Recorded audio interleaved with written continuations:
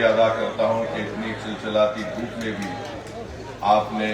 اپنا قیمتی وقت نکال کر آج کے اس احتجاجی جلسے میں آپ نے شرکت کی۔ میں اپنے دل کی گہرائیوں سے آپ تمام کا شکریہ ادا کرتا ہوں، اور یہ میری خوش قسمتی ہے کہ میں دوبارہ چمپارن کی اس تاریخی سرزمین پر آیا ہوں، جہاں سے ہمارے بزرگوں نے گاندھی جی کا ساتھ دے کر یہاں پر پہلے ستیاگرہ کی تحریک کا آغاز کیا تھا۔ یقیناً یہ بڑی تاریخی سرزمین ہے، اور آپ اس سرزمین پر بسنے والے بھی مجھے یقین ہے کہ بے باک ہیں، اور بے باکی آپ کے سوچ اور فکر میں بھی شامل ہے۔ میں آپ کا شکریہ ادا کرتا ہوں۔ میرے عزیز دوستوں اور بزرگوں، ہم ایسے وقت پر یہاں پر جمع ہوئے ہیں جب ہمارے پورے وطن عزیز میں ایک غم ہے اور تکلیف ہے، اور وہ غم اور تکلیف یہ ہے کہ ہم نے اپنی آنکھوں سے دیکھا کہ کس طریقے سے ہمارے پڑوسی ملک پاکستان سے آتنکوادی گھس کر آتے ہیں اور پہلگام میں ہمارے وطن عزیز کے بے قصور 26 لوگوں کی جان کو لے لیتے ہیں۔ میرے عزیز دوستوں اور بزرگوں، یہ ایسا واقعہ ہے کہ ہم تمام کو اس واقعے کی مذمت بھی کرنی چاہیے، کنڈے سے اٹھ کر،